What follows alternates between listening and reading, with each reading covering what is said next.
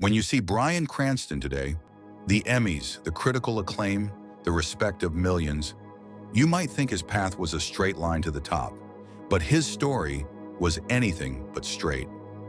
Bryan Cranston grew up in the sun-drenched valleys of Southern California, the middle child of a dreamer, Joe Cranston, an actor who had once believed he could make it big. But dreams can be fragile, and sometimes when they break, they don't just hurt the dreamer. They hurt everyone around them. Bryan was just 11 years old when his father disappeared. Not a dramatic exit, no tearful goodbye, just gone. Left behind were Bryan, his brother, and their mother, who soon fell into depression and alcoholism, crushed by the weight of abandonment. The home that once held laughter became a place of cold silences and quiet heartbreak. Bryan learned early, the world doesn't owe you comfort. It doesn't owe you fairness. It doesn't owe you love. But then, he made a choice. Instead of hardening his heart, he grew curious. He watched people. He studied emotions. He wondered what made people stay and what made them leave. In college, Bryan found the stage. At first, it was just a place to hide, a way to escape his own story. But then, he discovered something bigger. On stage, he wasn't just pretending. He was understanding, living, becoming. He decided to chase acting, not for fame, but for the art of transformation. And the journey wasn't glamorous. He worked odd jobs, security guard, waiter, even a video dating service camera operator. He took tiny acting roles, soap operas, commercials, guest appearances on TV shows nobody remembers. His name barely made it into the credits. His face barely made it onto the screen, but he didn't quit. While others chased fame and burned out, Bryan Cranston chose mastery. Every small role, he studied. Every rejection, he learned. Years turned into decades.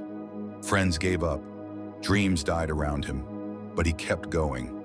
He landed a role on Malcolm in the Middle, a funny, eccentric dad.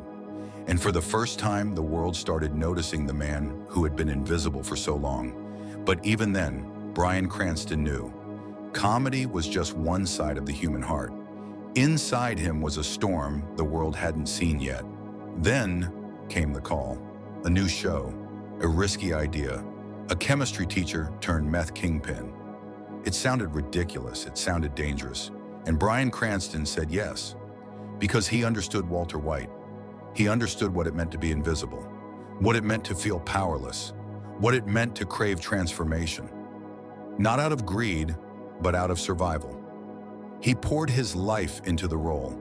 Every wound, every betrayal, every ounce of human complexity he had ever carried.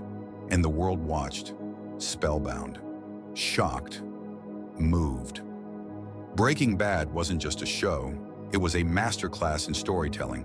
And Bryan Cranston didn't just play a role, he cracked open the heart of every invisible, underestimated person who had ever been told they were too late to matter.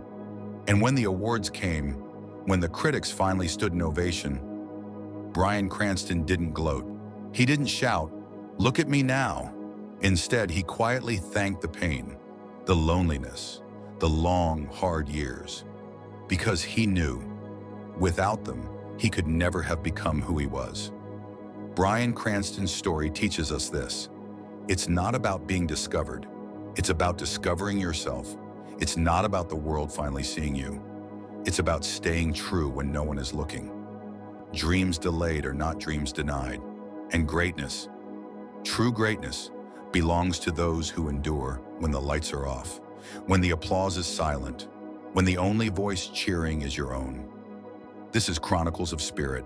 Subscribe and follow for real stories that remind us that it's never too late to rise.